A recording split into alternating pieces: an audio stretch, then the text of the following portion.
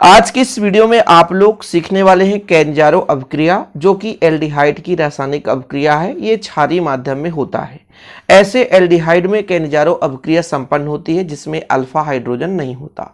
Alpha hydrogen का मतलब ये है कि एल्डिहाइड ग्रुप है, उसके साथ यदि कार्बन जुड़ा है, कार्बन के पास यदि हाइड्रोजन ना हो तो वो अल्फा हाइड्रोजन विहीन कहलाता है। हम एग्जाम्पल के तौर पर समझते हैं, जैसे फॉर्मेल्डिहाइड की बात करते हैं बच्चों। फॉर्मेल्डिहाइड का फार्मूला होता है HCHO। अब देखो CHO एक एल्डिहाइड का पहचान है। CHO यानी एल्डिहाइड का ग्रुप है जिसे फंक्शनल ग्रुप क्रियात्मक समूह कहते हैं।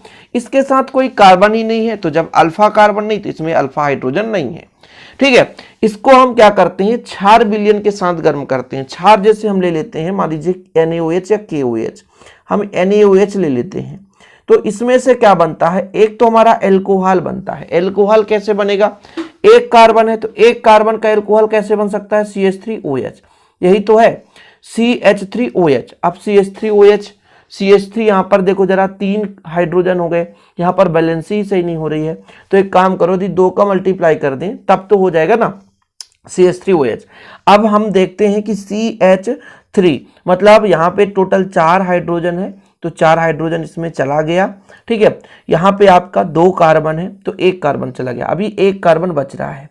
देखो जरा, ठीक है, यहाँ पर बच्चों समझने की कोशिश करना कि यदि मैं आपसे कह दूं कि जो एल्कोहल बनेगा तो उसमें कार्बन रहेगा, तो यहाँ पर फिलहाल 2 कार्बन मैंने लिया तो 1 कार्बन चला गया, 1 कार्बन बचा है, क्योंकि अब चयन होने के बाद एक अम्ल भी बनता है और एक एल्कोहल। अम्ल का फॉर्मेट क्या है, जिसे HCOOH होना चाहिए, लेकिन यहाँ पे सोडियम है इसलिए Na हो जाता है। तो सोडियम का लवण है, अर्थात ये अम्ल का ही रूप है, इसलिए परेशान मत होना।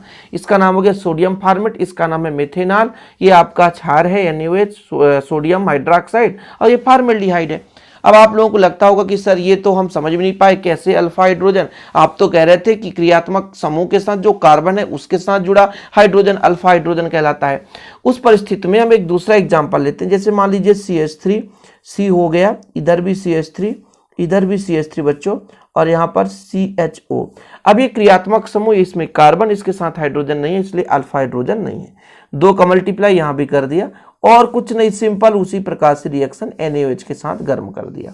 बस सिंपल है, जिस प्रकार से यहाँ पे पहले ये पूरा रूप का एक एल्कोहल बना दो, यहाँ पे आप CH3 तो CH3 रहने दो, CH3 और यहाँ पर एल्कोहल कैसे भाई, यहाँ पे कार्बन है तो CH2OH कर दो। ये आपका एक भाग एल्कोहल में बदल गया और एक भाग सोडियम के साथ जुड़ जाएगा।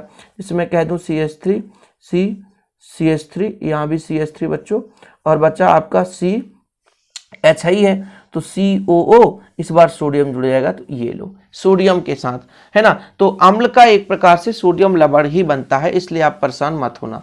तो ये कैंजारो अभिक्रिया ऐसे एल्डिहाइड के साथ होता है जिसमें अल्फा हाइड्रोजन ना होना चाहिए। अल्फा हाइड्रोजन मतलब क्रियात्मक समूह के साथ जो जुड़ा कार्बन है उसके पास हाइड्रोजन अनुपस्थित हो, तो वहां पर कैंजारो अभिक्रिया संपन्न होती है।